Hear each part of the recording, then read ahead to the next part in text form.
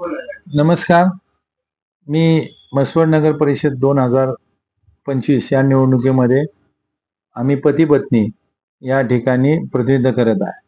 मागील 4 वर्षामध्ये या म्हसवडकर जनतेने माझ्यावर विश्वास ठेवून माझ्या पत्नीला 4 वर्ष उपनगराची पद भोगण्याची संधी मिळाली. पण ते करत असताना जनतेला अपेक्षित असणाऱ्या ज्या सुखसोयी सुविधा मी देऊ शकलो नाही. कारण त्याच्यामध्ये अनेक अडचणी आल्या आणि त्या अडचणीमुळं ह्या सगळ्या गोष्टी करू शकलो नाही.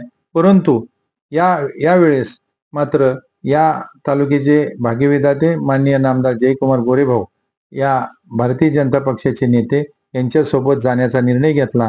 निर्णय हा फक्त विकासासाठी होता. निष्ठा माझी म्हसवडकर जनतेशी होती आणि त्या निष्ठेप्रती या जनतेच्या विकासाच्या मुद्द्यावर पुढे घेऊन या शहराला जाण्याकरता मी हा निर्णय घेतलेला आहे. निर्णय पक्ष बदलला म्हणून निष्ठा नाही बदलली.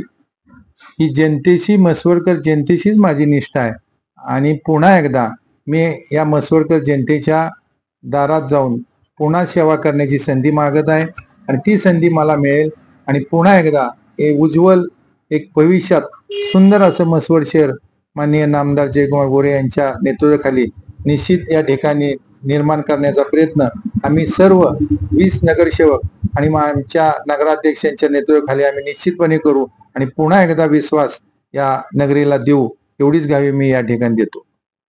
मी सौ स्नेहल युवराज सूर्यवंशी आज 2025च्या म्हसवड नगर परिषदच्या निवडणुकीमध्ये मी वार्ड क्रमांक 6 मधून निवडणूक लढवत आहे. तरी ही उमेदवार म्हणजे इकडं प्रभागात उभा राहणं मला पक्षाच्या वतीनं इकडं उमेदवारी मला मिळालेली आहे आणि या वॉर्डमध्ये माता सिद्धनाथ व माता जोगेश्वरीचं मंदिर असल्यामुळे तिथे मला त्यांची सेवा करण्याची संधी मिळणार आहे. त्यामुळे मला खूप आनंद होतोय आणि प्रचार करत असताना मला या भागातील लोकांचा प्रतिसादही खूप चांगला मिळालेला आहे. पॉझिटिव्ह सगळ्यांनी माझ्याशी म्हणजे बोलणं झालेलं आहे सगळ्यांशी आणि मला आनंद होतोय की मला पक्षाने काहीतरी ठरवून जबाबदारी दिलेली असेल. मी काहीतरी लोकांसाठी करू शकेन यासाठी मला पण खात्री वाटते.